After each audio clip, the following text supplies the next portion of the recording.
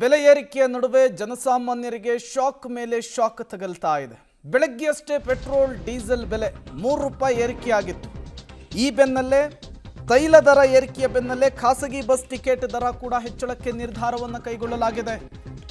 ಇನ್ನು ಮುಂದೆ ಪ್ರೈವೇಟ್ ಬಸ್ಸುಗಳ ಪ್ರಯಾಣ ಕೂಡ ಕಾಸ್ಟ್ಲಿ.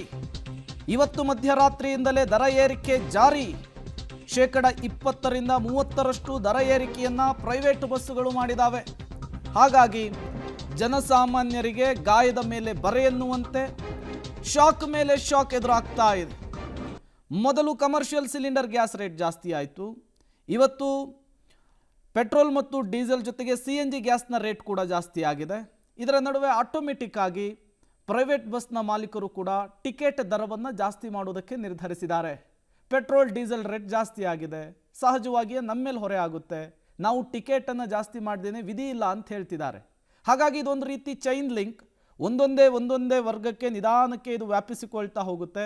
ಮತ್ತಷ್ಟು ಬೆಲೆ ಏರಿಕೆ ಜನರನ್ನು ಹೈರಾಣಾಗಿಸೋದ್ರಲ್ಲಿ ಯಾವುದೇ ರೀತಿಯ ಡೌಟ್ ಇಲ್ಲ.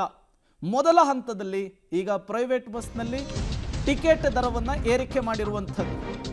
ನಿತ್ಯ ಕನಿಷ್ಠ 150 ಲೀಟರ್ ಡೀಸೆಲನ್ನು ಹಾಕಿಸ್ಕೊಳ್ತೇವೆ.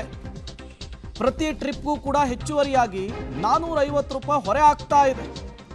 ಇಂಧನದ ಬೆಲೆ ಏರಿಕೆಯಿಂದ ಟಿಕೆಟ್ ದರ ಏರಿಕೆ ಅನಿವಾರ್ಯ, ಏನು ಮಾಡೋದಕ್ಕಾಗಲ್ಲ ಅಂತ ಹೇಳ್ತಿದ್ದಾರೆ. ಕರ್ನಾಟಕ ರಾಜ್ಯ ಖಾಸಗಿ ಬಸ್ನ ಮಾಲೀಕರ ಸಂಘ ಟಿಕೆಟ್ ದರ ಏರಿಕೆಯ ವಿಚಾರಕ್ಕೆ ಸಂಬಂಧಪಟ್ಟಂತೆ ಮಾಹಿತಿಯನ್ನು ಕೊಟ್ಟಿರುವಂಥದ್ದು. ಹಾಗಾಗಿ ದೂರದ ಊರುಗಳಿಗೆ ಪ್ರಯಾಣ ಮಾಡೋರು ಹೆಚ್ಚುವರಿ ಹಣವನ್ನು ತೆಗೆದುಕೊಂಡು ಹೋಗಬೇಕಾದಂತಹ ಪರಿಸ್ಥಿತಿ ಸಹಜವಾಗಿಯೇ ನಿರ್ಮಾಣವಾಗ್ತಾ ಇದೆ. ಈ ಮೂಲಕ ಬೆಲೆ ಏರಿಕೆ ಅನ್ನೋದು ಜನರನ್ನು ಮತ್ತಷ್ಟು ಹೈರಾಣಾಗಿಸ್ತಾ ಇದೆ. ಡೀಟೇಲ್ಸ್ ಅನ್ನು ಕೊಡ್ತಾರೆ ನಮ್ಮ ಮೆಟ್ರೋ ಬ್ಯೂರೋ ಹೆಡ್ ಪವಿತ್ರ ಕಡ್ತಲ, ನೇರ ಸಂಪರ್ಕದಲ್ಲಿ ಜಾಯಿನ್ ಆಗಿದ್ದಾರೆ. ಪವಿತ್ರ, ಇದೊಂದು ರೀತಿ ಚೈನ್ ಲಿಂಕ್ ಅಂತ ನಾವು ಹೇಳ್ತಾ ಇದ್ವಿ. ಅಂದರೆ ಪೆಟ್ರೋಲ್ ಡೀಸೆಲ್ ಆಯಿತು, ಬರೀ ವಾಹನ ಸವಾರರಿಗೆ ಮಾತ್ರ ಎಫೆಕ್ಟ್ ಅಲ್ಲ, ಯಾರ್ಯಾರು ವಾಹನವನ್ನು ಬಳಸಲ್ವೋ, ಈ ರೀತಿ ದೂರಗಳಿಗೆ ಪ್ರಯಾಣವನ್ನು ಬಳಸ್ತಾರೋ ಅವ್ರ ಮೇಲೂ ಕೂಡ ಅದರ ಪರಿಣಾಮ ಬೀರ್ತಾ ಇದೆ. ಇದು ಕೇವಲ ಸ್ಯಾಂಪಲ್ ಅಷ್ಟೇನಾ ಅಂಥೇಳಿ ಮುಂದಿನ ದಿನಗಳಲ್ಲಿ ಮತ್ತಷ್ಟು ಬೆಲೆ ಏರಿಕೆಯ ಬರೆಯ ಮುನ್ಸೂಚನೆಯನ್ನು ಇದು ಕೊಡ್ತಾ ಇದೆಯಾ ಅಂತ? ಪ್ರೇಮ್, ವಿಪರ್ಯಾಸ ನೋಡಿ. ಈಗ ಇಂಧನ ಬಳಕೆಗೆ ಮಿತಿಯನ್ನ ಹೇರುವಂತಹ ಉದ್ದೇಶಕ್ಕಾಗಿ ಸ್ವಂತ ವಾಹನ ಬಿಡಿ, ಬಸ್ನಲ್ಲಿ ಸಂಚರಿಸಿ, ಸಮೂಹ ಸಾರಿಗೆಯಲ್ಲಿ ಸಂಚರಿಸಿ ಅಂತ ಮೋದಿ ಅವರು ಕರೆ ಕೊಟ್ಟರು. ಬಟ್ ಈಗ ಪೆಟ್ರೋಲ್ ಡೀಸೆಲ್ ಬೆಲೆ ಏರಿಕೆಯಿಂದ ಬಸ್ನ ದರವೂ ಕೂಡ ಏರಿಕೆ ಆಗಿದೆ. ಸೊ ಟೋಟಲಿ ಈ ಬೆಲೆ ಏರಿಕೆಯ ಬರೆಯನ್ನ ಅನುಭವಿಸುವವರು ಜನ. ಏನೇ ದರ ಏರಿಕೆಯಾದ್ರೂ ಅವ್ರ ತಲೆ ಮೇಲೆನೆ ಬೀಳುತ್ತೆ. ಒಂದ್ ಕಡೆಯಿಂದ ಪೆಟ್ರೋಲ್ ಡೀಸೆಲ್ ದರ ಏರಿಕೆಯ ಶಾಕ್ನಿಂದಲೇ ಚೇತರಿಸಿಕೊಳ್ಳುವಂತಹ ಮುನ್ನವೇ ಈಗ ಖಾಸಗಿ ಬಸ್ಗಳ ದರ ಏರಿಕೆಯಾಗಿದೆ. ಮೊದಲೇ ಖಾಸಗಿ ಬಸ್ನಲ್ಲಿ ಪ್ರಯಾಣ ಮಾಡಬೇಕು ಅಂದ್ರೆ ಜೇಬ್ ತುಂಬಾ ಕಾಸಿರ್ಬೇಕು ಅನ್ನುವಂತಹ ರೀತಿಯಲ್ಲೇ ಇತ್ತು. ಹಬ್ಬ ಹರಿದಿನಗಳು ಬಂತು ಅಂದ್ರೆ ಸಾಕು, ಆ ಬಸ್ಸನ್ನ ಹತ್ತೋಕೆ ಆಗಲ್ಲ, ಆ ರೇಂಜಲ್ಲಿ ಅವರು ದರ ಏರಿಕೆಯನ್ನ ಮಾಡ್ತಾ ಇದ್ರು.